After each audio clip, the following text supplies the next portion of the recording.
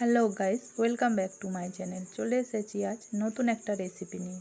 আজ রেসিপিটা নিয়ে এসেছি আমি খুব সাধারণ একটি রেসিপি। আজ রেসিপিটার নাম হলো ছানার পায়েস। তো এখানে আমি বেশ কিছুটা ছানা কাটানোর জন্য দুধ নিয়ে নিয়েছি। দুধটা ভালো করে ফুটে যাওয়ার পর আমি ছানা কাটানোর পাউডারটা দিয়ে দিয়েছি। তো ছানা কাটানোর পাউডারটা দিয়ে দেওয়ার পর ভালো করে নাড়াচাড়া করে দিচ্ছি যাতে দুধটা ভালো করে কেটে যায়। তো দেখো ভালো করে ফুটে উঠেছে। এরপরে আমি গ্যাসটা অফ করে ভালো করে আমি আবারও নাড়াচাড়া করে নেব। দেখো বেশ কত সুন্দর ছানাটা কেটে গেছে। ভালো করে নাড়াচাড়া করে আমি এটাকে একটা ছাঁকনির সাহায্যে ছানাটাকে ছেঁকে নেব। জলটা ফেলে দেব। তো চলো ছাঁকনির সাহায্যে ছেঁকে নিই। তো আমি ছাঁকনির সাহায্যে ছেঁকে নিয়ে এখানে গ্যাসেতে আমি একটা কড়াই বসিয়ে দিয়েছি। কড়াটাতে বেশ কিছুটা আমি জল দিয়ে দিলাম।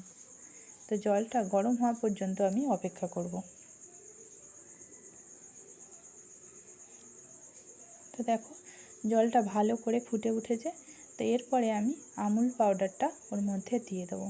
তো আমি আমুল দুধ এখানে ব্যবহার করেছি, তোমরা যদি পারো লিকুইড দুধেই করতে পারো। তো আমুল দুধে করলে একটু ভালো টেস্ট হয়। তো দেখো আমি এখানে আমুল দুধটা দিয়ে ভালো করে গরম জলের মধ্যে নাড়াচাড়া করে নেব। তো খুব সাবধানে নাড়াচাড়া করতে হবে যাতে পড়ে না যায়। তো দেখো ভালো করে আমি একটা হাতার সাহায্যে ভালো করে নাড়াচাড়া করে নিয়েছি। তো দেখো দুধটা নাড়াচাড়া করে নিয়ে খুব ভালো করে নাড়াচাড়া করে নিয়েছি। এদিকে গ্যাসটা আমার মাঝারি আঁচেই আছে যাতে দুধটা গাঢ় হয় ফুটে ফুটে। তো তার মধ্যে আমি দিয়ে দিলাম বেশ কিছুটা বাতাসা আর কিছুটা চিনি। বাতাসাটা দেওয়ার কারণ দুধটা একটু যে গুড়ের যে বাতাসা সেই জন্য দুধটা একটু লালচে লালচে কালার হবে বলে সেই জন্য আমি বেশ কিছুটা এখানে বাতাসা ব্যবহার করেছি। তো তোমরা যারা সাদা খেতে চাও তোমরা শুধু চিনি ব্যবহার করতে পারো। তো দেখো বেশ কিছুটা চিনি আর বাতাসা দেওয়ার পর সেগুলো গলে গেছে। দিয়ে আমি আবার ওর মধ্যে কিছু কাজু আর কিশমিশ দিয়ে দিলাম। তোমরা চাইলে কাজু কিশমিশ নাই দিতে পারো। তো আমি এখানে কিছুটা কাজু কিশমিশ আর 4টে এলাচ দিয়ে দিয়েছি। দিয়ে ভালো করে নাড়াচাড়া করে দেব। তো তোমরা দেখলে বুঝতেই পারবে যে দুধটা কতটা ফুটে ফুটে গাঢ় হয়েছে। তো দেখো আমি ভালো করে হালকা হাতে নাড়াচাড়া করে এটাকে বেশ কিছুক্ষণ রান্না করলাম। এরপরে আমি এটাকে ভালো করে নাড়াচাড়া করে এর মধ্যে আমি দিয়ে দেব যে ছানাটা রেখেছিলাম সেই ছানাটা ওর মধ্যে দিয়ে দেব। তো দেখো ফুটে ফুটে কীরকম গাঢ় হয়ে গেছে দুধটা। তোমরা কড়ার সাইডটা দেখলেই বুঝতে পারবে যে কতটা গাঢ় হয়েছে। এরপরে যে ছানাটা কাটিয়ে রেখেছিলাম ওর মধ্যে দিয়ে আমি আবারও হালকা হাতে নেড়ে দেবো। তো দেখো আমি খুব হালকাভাবে নাড়ছি যাতে ছানাটা ভেঙে না যায়। তো ছানাগুলো ভেঙে ওর মধ্যে মিশে গেলে খেতে ভালো লাগবে না।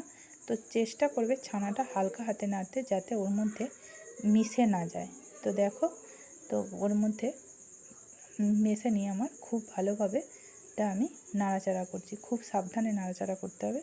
তো দেখো ভালো করে আমি নাড়াচাড়া করেই যাচ্ছি যাতে তলায় লেগে না যায়, সেই জন্য আমি ভালো করে নাড়াচাড়া করছি। তো দেখো কিছুক্ষণ একটু ফুটার জন্য অপেক্ষা করব।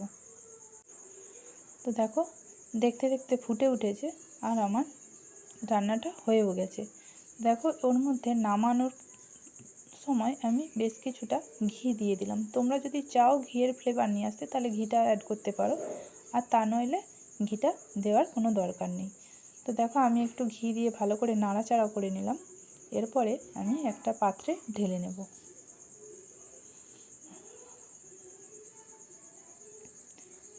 তো দেখো এখানে একটা পাত্র নিয়ে নিয়েছি, ওর মধ্যে আমি ভালো করে ওটা নামিয়ে নেব।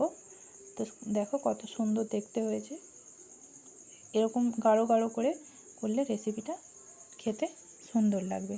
তো দেখো রেসিপিটা যদি ভালো লেগে থাকে অবশ্যই একটা লাইক করো, শেয়ার করো আর কমেন্ট করে জানিও যে রেসিপিটা কেমন লেগেছে। তোমরা অবশ্যই বাড়িতে বানিয়ে দেখো একবার। তো ভিডিওটা যদি এখন যে দেখছো সে যদি নতুন হয়ে থাকে অবশ্যই একটা সাবস্ক্রাইব করে দিও।